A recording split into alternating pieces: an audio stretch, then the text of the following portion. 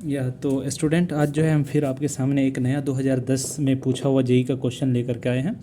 और ये भी बहुत ही एक अच्छा क्वेश्चन है। चलिए ज़रा से देखते हैं इस क्वेश्चन में कि क्या कह रहा है और हमें कैसे इस क्वेश्चन को सॉल्व करना है। ठीक है, तो देखिए इस क्वेश्चन में कह रहा है कि दो आइडेंटिकल चार्ज्ड स्फीयर है are suspended by spring of equal length. ठीक है ना, कह रहा है कि दो स्फीयर है और दोनों आइडेंटिकल है। आइडेंटिकल जैसे ही उसने कहा, इसका मतलब इसका मास भी सेम है और इस पर रखा हुआ चार्ज भी सेम है, रेडियस वेडियस सब कुछ सेम है। ठीक है, आगे की बात क्या है कि the string max an angle of 30 degree. अब वो दोनों स्ट्रिंग आपस में 30 डिग्री का एंगल बनाता है। इसका मतलब ये हुआ कि सपोज कर लीजिए कि ये एक स्ट्रिंग है और ये एक स्ट्रिंग है और दोनों से एक अलग अलग स्फीयर को सस्पेंड किया गया, लटकाया गया है। ठीक है, इसका इस पर चार्ज मान लीजिए Q है और इसका मास मान लीजिए M है, तो इस पर भी चार्ज Q है और इसका भी मास M हो जाएगा, कोई दिक्कत नहीं है।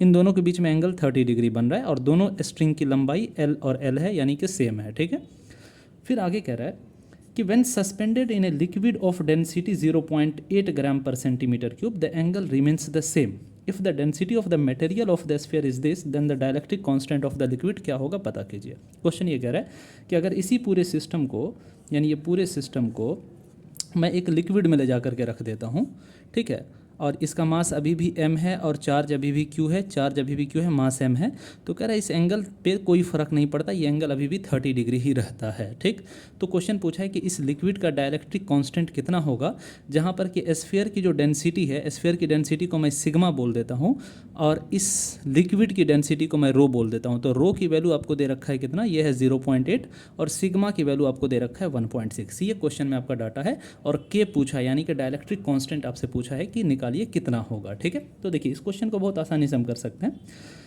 सबसे पहली बात, अगर आप इस एक स्फीयर को उठाएंगे तो इस एक स्फीयर पर अगर आप फोर्स देखेंगे तो एक तो ये वाला स्फीयर इस पर इलेक्ट्रोस्टैटिक फोर्स लगा रहा होगा, यानी दोनों पर चार्ज सेम है, तो ये वाला स्फीयर इसको रिपेल कर रहा होगा, क्योंकि अगर इस पर प्लस और इस पर प्लस है तो दोनों रिपेल करेगा एक दूसरे को, या माइनस माइनस है तो भी रिपेल करेगा।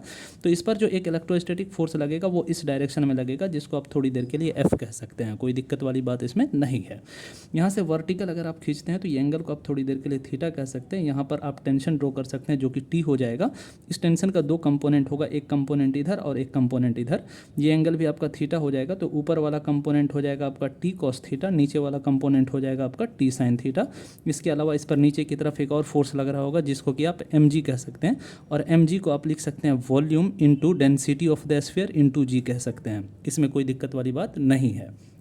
अब देखिए, अगर चूंकि ये इक्विलिब्रियम में है तो इसका मतलब नेट फोर्स इस पर जीरो होना चाहिए। इसका मतलब हॉरिजॉन्टल फोर्स को बैलेंस करेगा, वर्टिकल फोर्स को बैलेंस करेगा।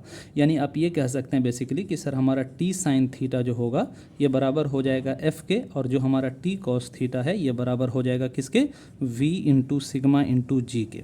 ठीक है, दोनों का अगर आप रेशियो लेंगे तो आपको यहाँ से मिल जाएगा कि ten theta is equal to है F upon V into sigma into g के बराबर। इसको आप इक्वेशन 1 मान लीजिए। ठीक है, अब जरा इस फिगर पे चलते हैं।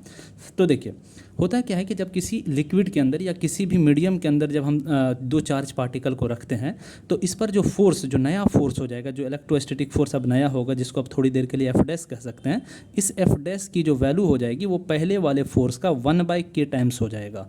क्योंकि जब उसका डायलेक्ट्रिक कांस्टेंट कुछ ना कुछ होगा तो हम डायलेक्ट्रिक कांस्टेंट से डिवाइड कर देते हैं पहले, यानी जब वो वैक्यूम में था तब जितना फोर्स था उसको अगर हम k से डिवाइड कर देते हैं तो हमारा नया फोर्स निकल करके आ जाता है, अगर सब कुछ सेम दे रखा है तो। जैसे यहाँ पर चार्ज में कोई चेंजिंग नहीं हुई है, दोनों के बीच में सेपरेशन में कोई चेंजिंग नहीं हुई है, सब कुछ सेम है, सिर्फ मीडियम चेंज हो गया है। तो अगर मीडियम चेंज हो जाए तो वैसे सिचुएशन में पहले वाले फोर्स को आप के से डिवाइड कर दीजिए तो नया वाला फोर्स आपको मिल जाएगा। ठीक है, और अगली चीज़ इसके साथ साथ कि ये जो स्फीयर को इस यहाँ पे रखा जाएगा तो इस स्फीयर पर जो डाउनवर्ड फोर्स, जो यहाँ पर मैंने mg लिखा था, वो mg भी चेंज हो जाएगा क्योंकि इसके ऊपर बॉयंसी भी काम कर रहा होगा। तो जो डाउनवर्ड फोर्स आपका होगा, डाउनवर्ड फोर्स, ठीक है ना, downward force is equal to आप कह सकते हैं mg माइनस एफ बॉयंसी कह सकते हैं। ठीक है ना, तो आप mg की जगह तो लिख सकते हैं v into sigma into g, और माइनस बॉयंसी की जगह लिख सकते हैं volume into density of liquid into g. Buoyancy force का फॉर्मूला होता है कि volume of the body which is inside the liquid into density of the liquid into g. ठीक है, और ये हो गया मास ऑफ द बॉडी जो कि उस लिक्विड के अंदर है। यहाँ तक कोई दिक्कत वाली बात नहीं है। इसमें भी सेम उसी तरीके से इधर हम टेंशन ड्रॉ करेंगे, टेंशन का दो कंपोनेंट हो जाएगा, एक कंपोनेंट ऊपर हो जाएगा जिसको कि टी कोस थीटा बोलेंगे, इधर टी साइन थीटा, सब कुछ करेंगे तो इसमें भी वही इक्वेशन निकल करके आएगा क्या, कि ten theta is equal to इधर वाला फोर्स जो कि एफ डैश है तो एफ डैश अपॉन नीचे वाला फोर्स आपका क्या है, V sigma g minus V rho g के बराबर। कोई दिक्कत नहीं है। इस एफ डैश की वैल्यू को आप एफ बाई के लिख सकते हैं। तो आप कह सकते हैं कि सर हमारा टेन थीटा जो होगा वो असल में एफ डैश अपॉन में यहाँ पर वी और जी को कांस्टेंट बाहर ले सकते हैं, तो सिग्मा माइनस रो के बराबर हो जाएगा। और यहाँ पर एफ डैश की जगह पर आप एफ बाई के लिख सकते हैं, तो इतना हो जाएगा आपका। कोई दिक्कत वाली बात इसमें नहीं है। इसको आप इक्वेशन 2 मान सकते हैं। एफ डैश को मैंने एफ बाई के लिख दिया है, ठीक है। और बाकी इस पूरे टर्म में मैंने वी और जी को बाहर कर दिया, तो अंदर में सिग्मा और रो बचा हुआ है। बहुत अच्छी बात है, यहाँ तक कोई दिक्कत नहीं है। अब मैं क्या करूँगा, मैं इन दोनों इक्वेशन को सिंपली कुछ नहीं करूँगा बल्कि इक्वेट कर दूंगा। दोनों का हमारा LHS सेम है तो RHS सेम हो जाएगा, क्योंकि थीटा की वैल्यू चेंज नहीं हुई है, ठीक है ना। थीटा हमारा ये वर्टिकल के साथ ये एंगल जो है, ठीक है।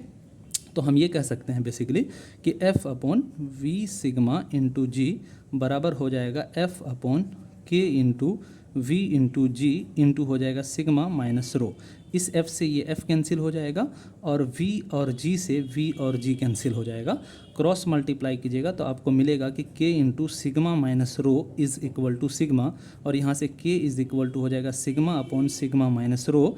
और इसकी वैल्यू जब आप पुट करेंगे तो आपको पता चलेगा कि ये 1.6 अपॉन 1.6 माइनस 0.8 है, जिसकी वैल्यू कि आपको 1.6 अपॉन 0.8 हो जाएगा, और जो कि 2 के बराबर हो जाएगा। यानी ऑप्शन डी जो है आपका एकदम से सही हो जाएगा। Okay, thank you.